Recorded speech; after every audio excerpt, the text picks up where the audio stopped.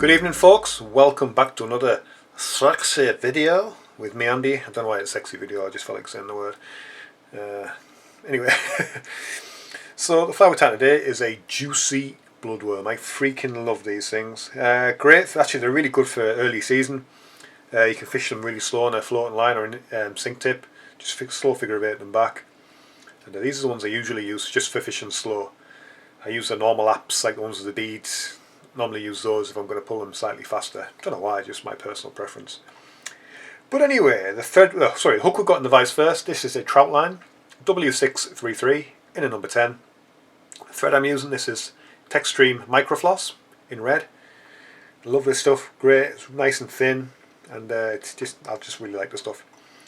And then we've got our Flexifloss. This is Bill McElroy's Claret. Love this stuff as well. I don't use Bill's stuff for like the beaded worms, just because it's slightly thicker material.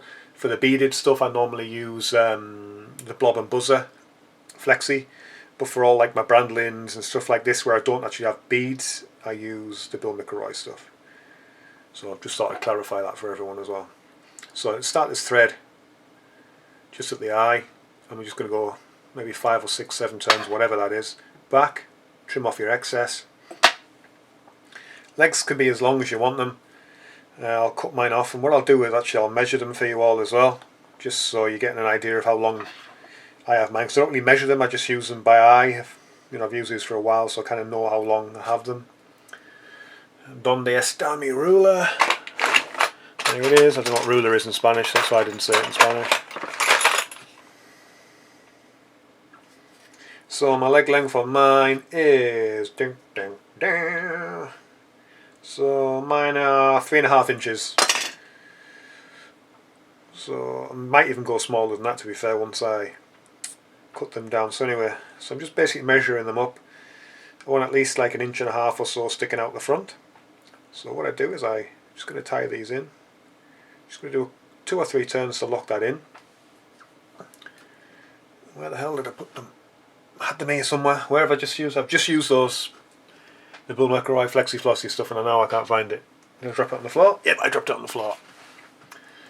I always drop things on the floor. It's just one thing I do in life is drop things on the floor. Right, now I'm just going to grab another piece. This is going to be for our body. So I'm just going to tie that in also. Now you can pull them very slightly, and I'll work. Just pull them and work your thread down. Try and get touch and turns if humanly possible. Come down to the back. I'm just lifting it up just so I can see how far back I'm going. That'll do. And then I'm going to do a turn underneath just to hitch the legs up, and then come back over the front. Now I need to find which bit's my rib. So this bit's my rib.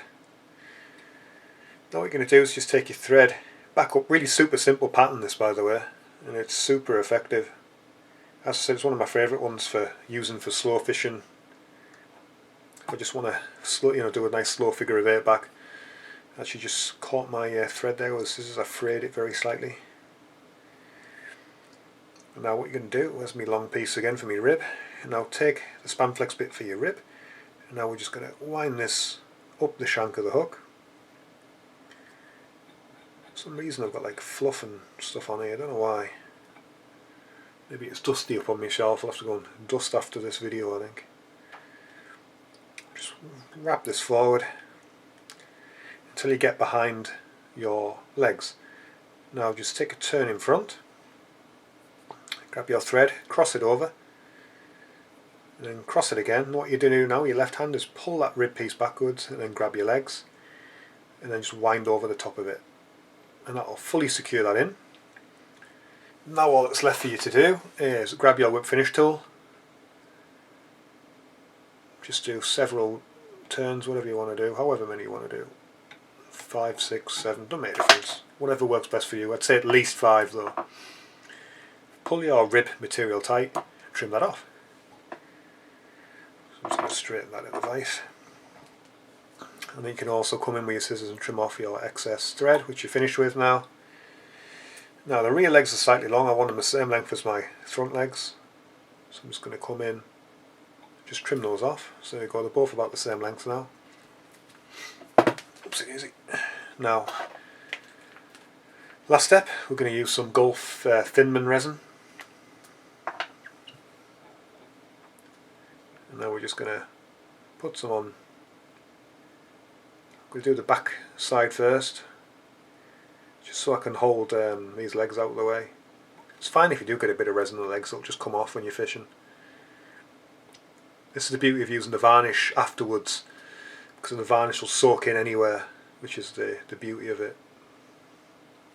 But this is just, in my opinion, the quickest way to do it instead of having to add 5 or 6 or 7 coats of varnish. So just run round. Just get that jelly look to the body, so it looks all like nice and juicy for the fish.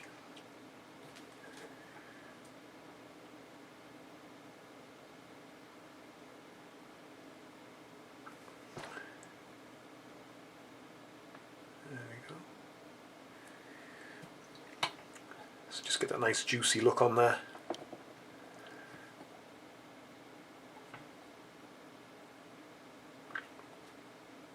Just making sure I've covered the whole fly with it, that's all. And now I'm just going to give my visor just a little turn, just so I can, hopefully that resin evens out nicely. And just come in with the UV torch, continue spinning it.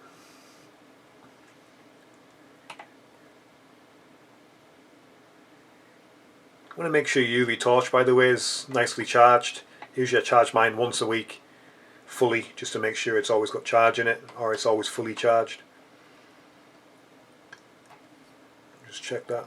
There we go, perfect. That's looking good, nice and jelly. And then come in with your varnish, if I can find my varnish bottle. And this just basically seals any cracks and also gives your fly a lot more longevity as well. I found the Diamond Fine is quite... I just dropped my varnish on the floor. How many videos have I done this now where I've dropped varnish on the floor off my brush? Basically just keep going around the fly with a varnish. And then that varnish will then soak into all the little gaps if you've left any little micro gaps in there, and it'll help your fly last even longer than it already does. So that was a nice little jelly body on there. The fish are going to like this. So why not give it a go? As I said, the way I fish these is on usually a floating line or a sink tip.